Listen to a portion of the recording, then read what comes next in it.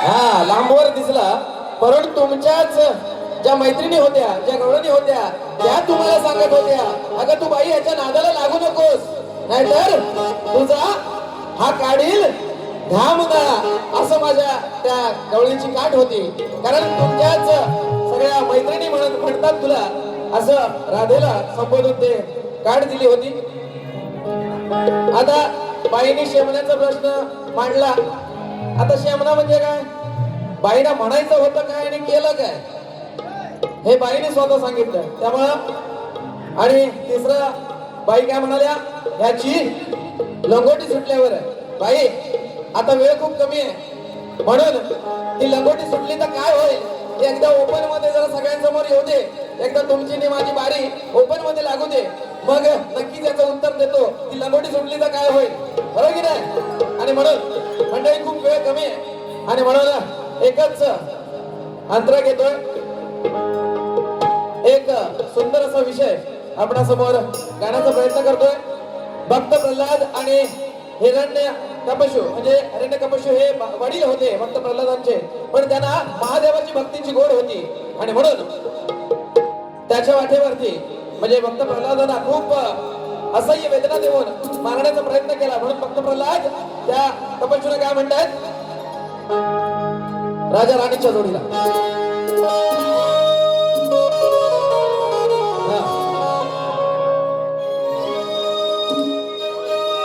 लई वटवट केलीस जर, बाई काय म्हणायचं बघा, लई वटवट केलीस जर तुझे होतील तंगड्यावर, लई वटवट केलीस जर तुझे होतील तंगड्यावर, गफोदरीत गेल्यावर मला तू म्हणशील अजून कर, गफोदरीत गेल्यावर मला म्हणशील अजून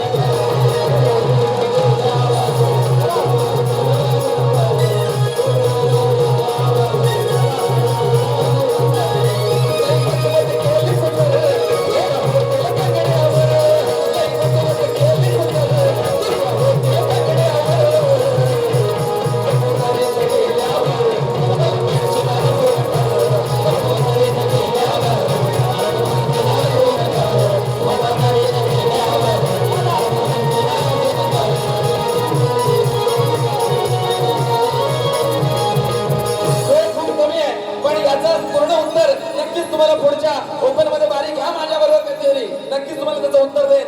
एक सोशल, एक समाजावर आधारित माझ्या या महाराष्ट्राला महापुरुषांनी घडवलंय, आणि म्हणून ते एक मुकडा गातोय. केसामध्ये गजरा शाहू फुले आंबेडकर, भारत देश घडवणारे शाहू फुले आंबेडकर, भारत देश घडवणारे, आता पैदा झाले बरच, अहो आता पैदा झाले बरच, भाऊ भावांशी लढवणारे,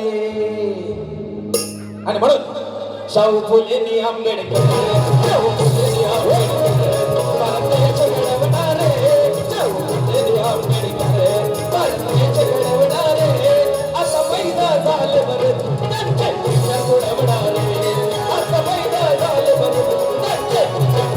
झाले बरच, नक्कीच आपल्या सगळ्यांची सेवा केली, गोड नक्कीच तुम्हाला वाटले असेल, हेच गोड मारून घ्या.